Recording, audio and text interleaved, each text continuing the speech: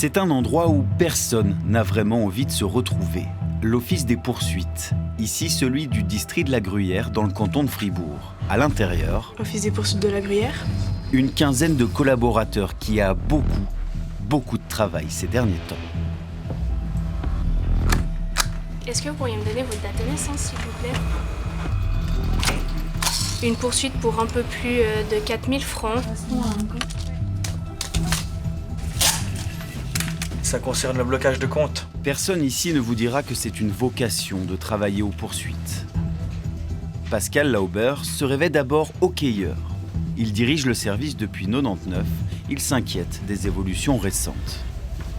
Pour la Gruyère, c'est 58 000 habitants, 24 000 poursuites introduites par année. Cette année, en 2024, on était à la fin du mois d'août avec plus de 12% d'augmentation. Donc je pense qu'on va encore battre tous les records parce qu'en principe, sur la fin de l'année, ce n'est pas les mois qui sont les plus calmes pour nous. Puis quand on voit honnêtement le coût de la vie qui augmente chaque année sur des choses qu'on ne peut pas maîtriser, eh ben, ces gens, au lieu d'être du bon côté de la barrière, ils tombent chez nous et ils sont du mauvais côté. Et ceux-ci, ils peuvent faire ce qu'ils veulent, mais il y a des gens qui travaillent, les deux travaillent à plein temps, mais ils ne gagnent pas assez. Ça, il faut ouvrir les yeux, ça existe en Suisse et des fois on a tendance un peu à l'oublier. Le phénomène touche tous les cantons.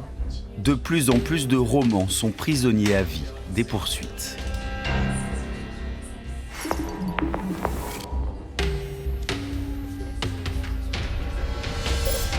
C'est une réalité peu connue. En 20 ans, les procédures de poursuite ont doublé dans notre pays. La hausse est encore plus marquée récemment. Le nombre de commandements de payer a bondi de 10% l'année dernière. Désormais, une personne sur 6 vit avec des arriérés de paiement. Nous sommes à Cornol, un petit village jurassien. Annabelle Froidevaux est dessinatrice en bâtiment. Dans la journée, elle redoute toujours un moment, l'ouverture de sa boîte aux lettres. Quand je vois les piles de factures, j'ai juste envie de les poser et pas de les ouvrir, parce que je sais exactement ce qu'il y a dedans. C'est des rappels ou des avertissements, ce genre de choses, quoi, ou même des poursuites. Donc oui, j'ai toujours la boule au ventre de me dire qu'est-ce qui va me tomber sur la tête aujourd'hui, quoi. Pour cette maman d'une adolescente de 15 ans, tout commence lors de sa séparation avec son conjoint. Gros imprévu, c'était de devoir racheter des meubles, de devoir reprendre un loyer toute seule, avec toutes les charges d'électricité, etc. qui vont avec. Et puis c'est de là que c'est parti. Tout simplement parce que toute seule, même en ayant un salaire correct, on dira, plus ou moins, il suffit d'un imprévu et puis le fossé se creuse, quoi. Donc c'est sûr qu'à un certain moment, on ne peut pas rattraper 3 mois de retard dans une caisse maladie, quoi. C'est impossible. Au fil des mois, rappels, sommations, poursuites et frais administratifs s'accumulent. Annabelle a aujourd'hui 21 000 francs de dettes, principalement réclamées par les assurances maladie et les impôts. Alors ici, à mon salon... La visite de son appartement, un mode d'emploi d'une vie en système D. Tout le salon est de la récupération. J'ai aussi l'horloge de mes grands-parents. Ça, c'est des paniers que j'ai récupérés dans un vide-maison. Alors, il y a un menu que je fais souvent avec ma fille, qu'elle adore. C'est le corned beef, qui coûte rien du tout, avec un petit peu d'oignon et puis les cornettes. C'est l'ingrédient qu'on a toujours aussi parce que je pense qu'à tout péter, ça nous coûte 2 francs le repas et puis on a mangé, quoi. Typiquement, j'ai été chez Caritas à Porrentruy et puis j'ai trouvé ce joli petit sac pour 2 francs. Donc c'est vrai que ça, c'est le genre de plaisir que j'aime bien me faire et qui coûte pas trop cher. Elle en sourit devant notre caméra, mais c'est un sourire de façade, de dignité. Typiquement, un truc qui m'a fait assez mal au cœur, j'avais été avec une amie faire des courses. Et puis, je vais pas pleurer. Elle m'a dit, ça me fait mal au cœur de faire les courses avec toi parce que tu dois calculer tous les centimes que tu utilises. Alors qu'elle n'avait pas ce problème-là. Puis, du coup, ça lui a fait mal au cœur de me voir moins compter alors qu'elle pouvait prendre ce qu'elle voulait. Pardon. La jurassienne se bat pour garder la tête hors de l'eau. Son bonheur, c'est sa fille, Angela, 15 ans. Élève au collège, l'adolescente a aussi appris à vivre avec ce quotidien particulier. Des fois, c'est compliqué parce que, typiquement, avec le style vestimentaire ou comme ça, on n'a pas forcément typiquement d'argent pour acheter des belles chaussures. Donc, au début, typiquement, il y a 2 ans, on me faisait des réflexions de comment je m'habillais ou comme ça. Et puis, maintenant, je passe un peu à travers. Mais c'est des habits, hein, ça ne fait pas quelqu'un.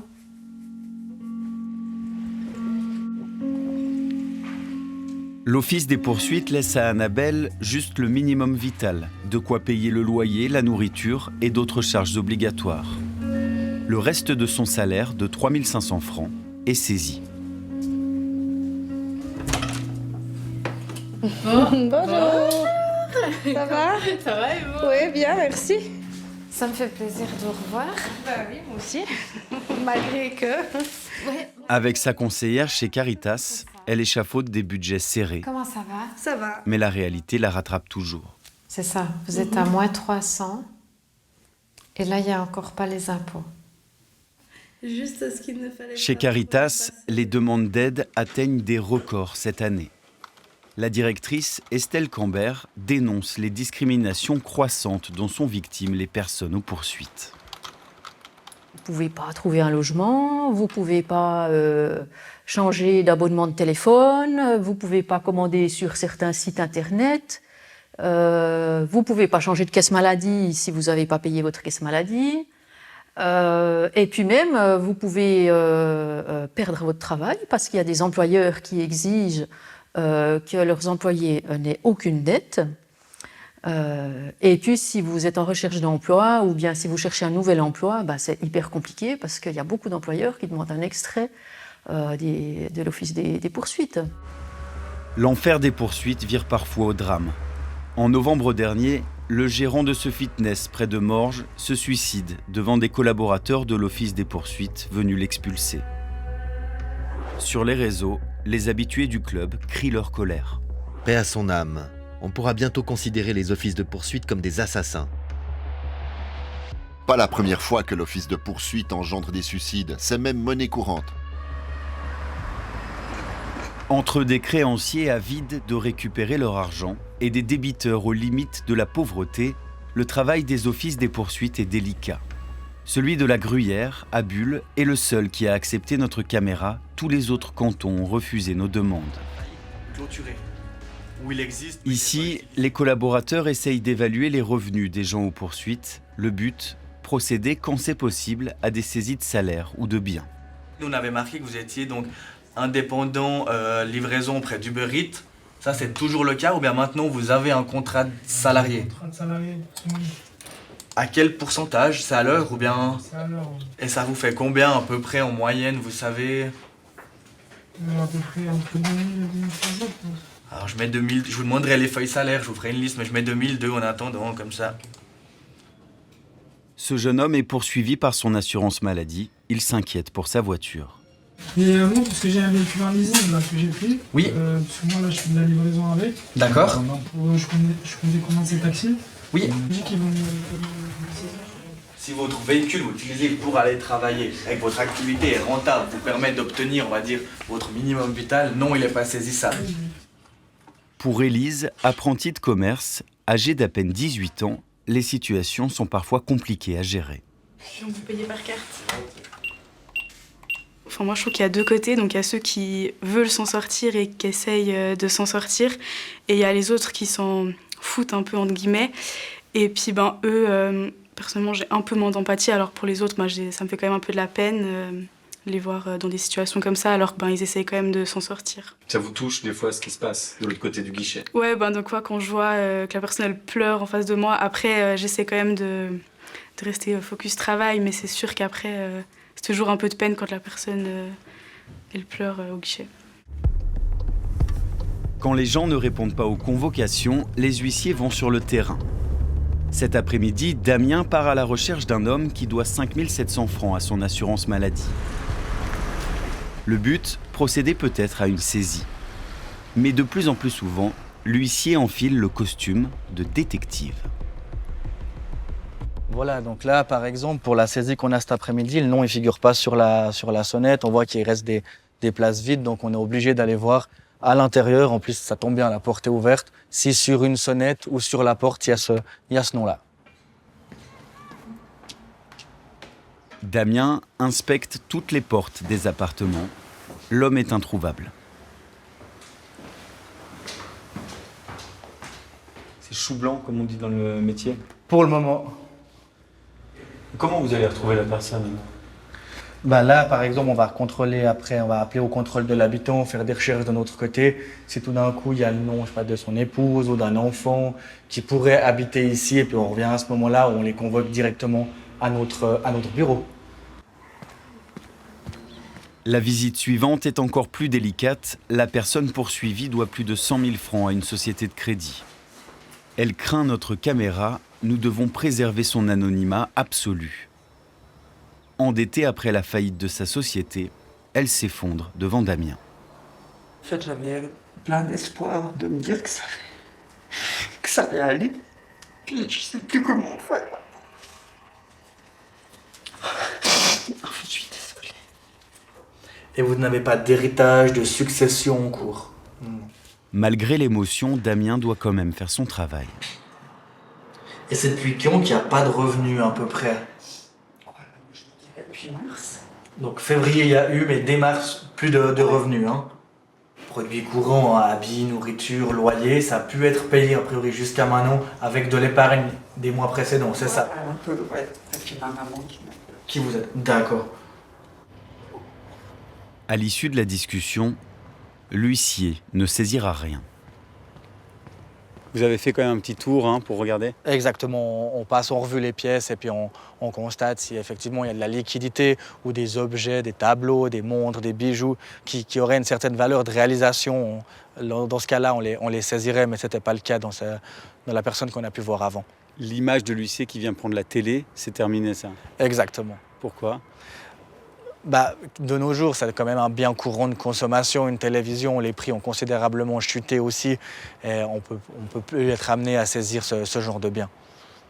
Le canapé non plus? Non plus. Légalement pas, c'est comme les tables, les chaises. Il y a un minimum légal qu'on doit laisser. On ne peut pas s'amuser à saisir ce genre de bien. Ce serait pas, d'un point de vue logistique après, ce ne serait pas réalisable. De son côté, Pascal Laubert, le directeur de l'Office des poursuites, est lui aussi en route pour une mission compliquée. Ce jour-là, il se déplace en personne avec son adjoint et un expert immobilier. Ils viennent estimer le prix d'un appartement saisi à sa propriétaire. Elle n'arrive plus à rembourser sa banque et risque l'expulsion. L'occupante est une mère de famille, vendeuse dans un magasin d'alimentation. La visite se passe sans animosité. Photos, mesures, mobilier, tout est passé au peigne fin. La femme ne semble pas se rendre compte de la situation. Pascal Laubert intervient. Mais après, vous voyez comment? Parce que nous, vous voyez comment vous avez un endroit pour aller vivre, vous avez encore pas trop regardé. Non.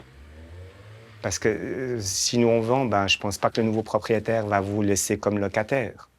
Puis c'est la question plutôt de 3 mois, quelque chose comme ça. Ça va aller assez vite. Je pense à votre fille, il y a votre mari, je sais pas, vous êtes les 3? Ou il y a encore un autre enfant? Non, c'est ouais. Donc là, après, c'est... Voilà, il faut que j'ai un peu de temps pour chercher, ouais. Parce que trouver quelque chose... Ce jour-là, tout se passe bien, mais tout n'est pas toujours si simple pour les huissiers de l'Office des poursuites. Personnellement, en 26 ans, j'ai quand même eu d'autres soucis. Ma voiture qui a été démontée, les pneus crevés, on nous a suivis après avec une clé à molette. La pression de ce côté-là, se faire protéger par la police parce que la personne, on sait qu'elle est agressive, on ne sait pas ce qui va se passer, ça arrive aussi quand même bien quelquefois.